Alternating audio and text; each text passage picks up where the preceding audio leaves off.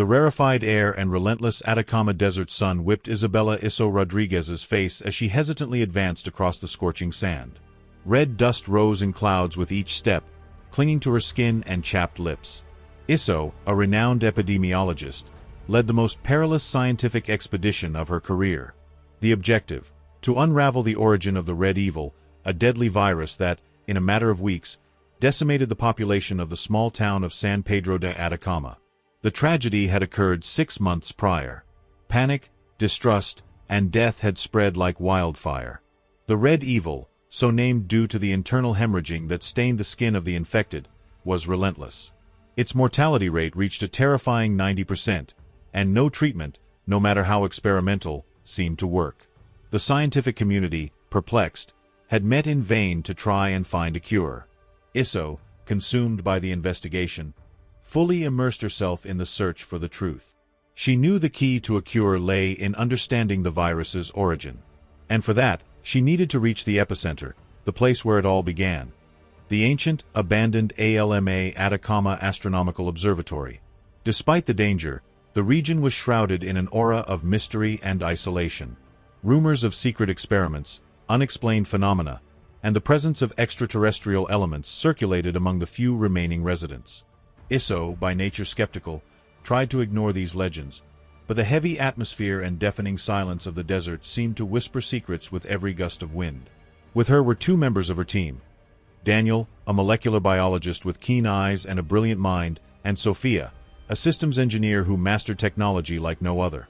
Both were experienced and determined, aware of the risks, but driven by the same thirst for knowledge that propelled Isso.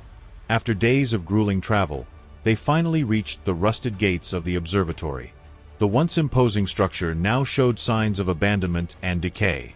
The giant antennas, which once captured the secrets of the universe, were silent, pointing towards the sky like accusing fingers. "This is where it all began," Isso murmured, feeling a shiver run down her spine. Daniel meticulously examined the site. Records showed a meteorological anomaly 6 months prior, just before the outbreak. Temperatures had spiked dramatically, and there had been an unusual increase in radiation. Sophia, meanwhile, began hacking into the observatory's security systems. The cameras had stopped functioning days before the outbreak. It seemed there had been an attempt to erase the data.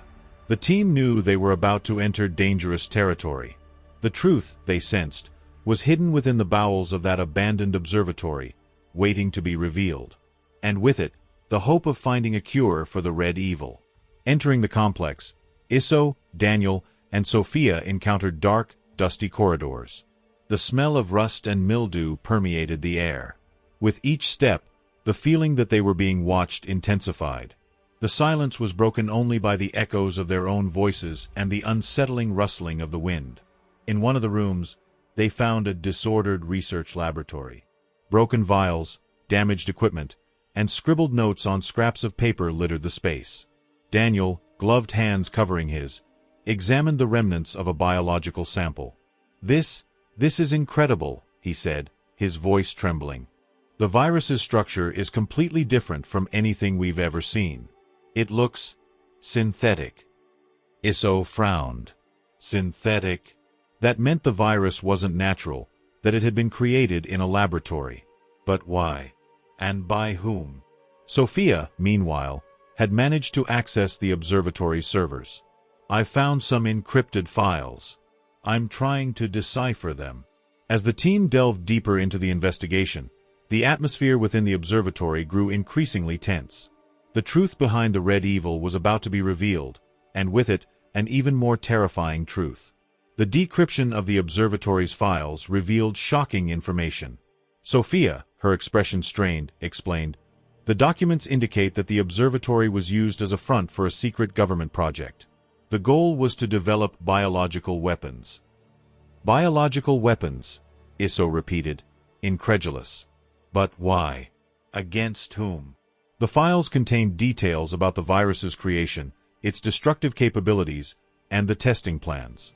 The research, led by a select group of scientists and military personnel, aimed to create a pathogen that could be targeted at specific groups, decimating entire populations without a trace.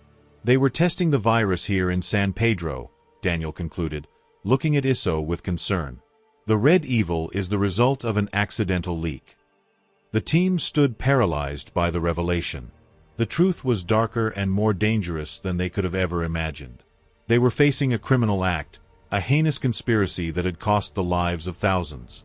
As they delved further, they found a locked safe in one of the labs. With Sophia's help, bypassing the security system, they opened it. Inside, they discovered an even more incriminating collection of data. Virus samples, dissemination plans, and, most disturbing of all, a list of potential targets. "This is unbelievable," Isso murmured, her voice choked with emotion. They were planning to use this against innocent people. The files also revealed information about a resistance group formed by dissenting scientists who opposed the project. They had tried to sabotage the research and warn the authorities about the dangers, but they had been silenced.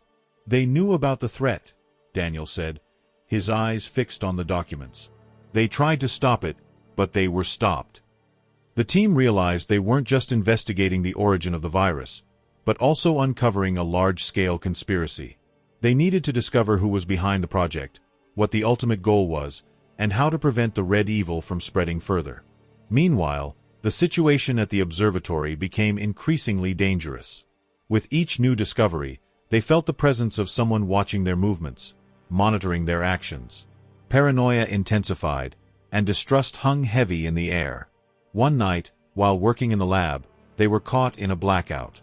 Darkness consumed the observatory, and the silence was broken by strange, menacing noises. "Someone's here," Sophia whispered, grabbing a flashlight. Isso, heart-pounding, drew her pistol. "Get ready." They cautiously moved through the dark corridors, the flashlight revealing shadows and figures. Suddenly, they heard a scream. It was Daniel. Rushing towards the sound, they found Daniel on the floor, injured and bound. A shadowy figure, dressed in protective gear, loomed over him. "Who are you?" Isso demanded, pointing the gun. The figure did not answer. Instead, it turned and fled, disappearing into the shadows. After freeing Daniel and administering first aid, the team realized they were being hunted. Someone wanted to stop them from revealing the truth. "We need to get out of here," Isso said urgently. "They'll try to kill us." They decided to head to the observatory's main control room, hoping to find more information and perhaps a means of communication. But upon reaching it, they were confronted with a new threat, a group of armed soldiers, led by a woman with a cold, unyielding gaze. "You shouldn't be here," the woman said, pointing a gun at Isso. "You know too much." The team was cornered. Before them, the truth about the red evil became increasingly clear. The virus was just a piece of a much larger game, a game of power, ambition, and death. And they, unknowingly, had become pawns in this deadly game. The fight for survival began there, in that abandoned observatory, in the heart of the Atacama Desert. The woman, identified as Colonel Eva Rosto, explained that she was responsible for the project's security and that the team's mission was to be eliminated. Apparently, they were seen as threats, inconvenient witnesses to a truth that needed to be kept secret at all costs. "You can't leave here," Rosto said coldly. "You know too much, and we can't allow the truth to be revealed." Isso, her voice firm, tried to negotiate. "We don't want to harm anyone. We just want a cure for the red evil." "The cure? That doesn't matter," Rosto retorted, sneering. "What matters is power, and the red evil is just a tool."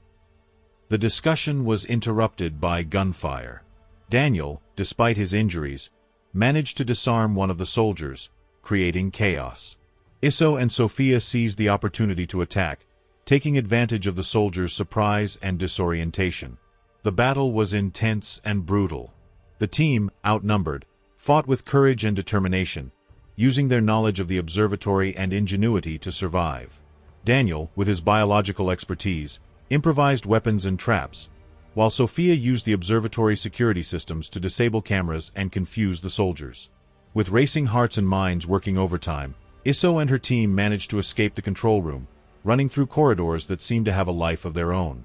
With each step, they heard the soldiers' cries and the sound of gunfire echoing through the observatory walls. Time was running out, and the only possible exit was the main door, which was still open, but likely guarded. As they ran, Sophia managed to access an ancient communication system, attempting to send a warning message to the outside world. Despite interference and a weak signal, she managed to transmit some of the collected data, including information about the secret project and the origin of the Red Evil. It was a chance, however small, that someone would hear and act before everything was lost. Finally, after a desperate run, the team reached the observatory's exit. As the sun set on the horizon and the desert seemed more hostile than ever, Isso looked back, knowing she couldn't leave it all behind. She knew the truth needed to be revealed, and despite the danger, she and her team were determined to continue the fight, not just for a cure for the Red Evil, but for justice and truth.